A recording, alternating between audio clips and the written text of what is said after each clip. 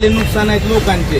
ते घरामध्ये पाणी, छतामधून पाणी लिकेज आहे, घरामध्ये पूर्ण पाणी साचलेलं आहे. असं म्हणजे लोकांच्या अन्नधान्यावर सगळ्या संकट आलेलं आहे. तर आता आमची एवढीच मागणी आहे की आपल्या ज्या अटी शर्ती आहेत आमच्या पूर्व भागामध्ये प्रभाग क्रमांक 3 मध्ये नागरिकांच्याकडं कबाले दिले नसल्यामुळं आट्याचे उतारे नाहीत, टॅक्स पावत्या नाहीत.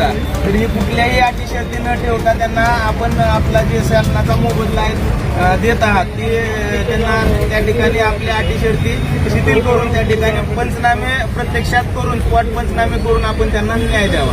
कारण त्यांच्याकडे आटाचे उतारे नाहीत, कबाले नाहीत, प्रशासनाने दिले नसल्यामुळं राजूनगर, इंदिरानगर, जयभीमनगर, भोईवाडा, कुष्ठधाम यांच्या लोकांकडे कबाले नाहीत. पण आज काय त्यांचं पूर्ण घरं पाण्यामुळे उद्ध्वस्त झालेले आहेत. घरात पाणी आहे, छत लिकेज होऊन पूर्ण छत घरामध्ये पाणी, अन्नधान्याची पूर्ण व्यवस्था बिघडलेली आहे, झोपण्याची बसण्याची सगळी व्यवस्था बिघडलेली आहे. आपण स्वतः आपले कर्मचारी पाठवून त्या ठिकाणी स्पॉट पंचनामे करून त्यांना आटचे उतारे किंवा कबाले न मागता त्या ठिकाणी पंचनामे करून आधार कार्ड, बँक पासबुक घेऊन आपल्या जे शासनाचा न्याय असेल तो न्याय आपण मिळवून द्यावा एवढी विनंती करण्यासाठी प्रभाग क्रमांक 3च्या वतीनं आम्ही इथं या ठिकाणी आलो आहोत. कालच आम्ही मनपा आणि आमचे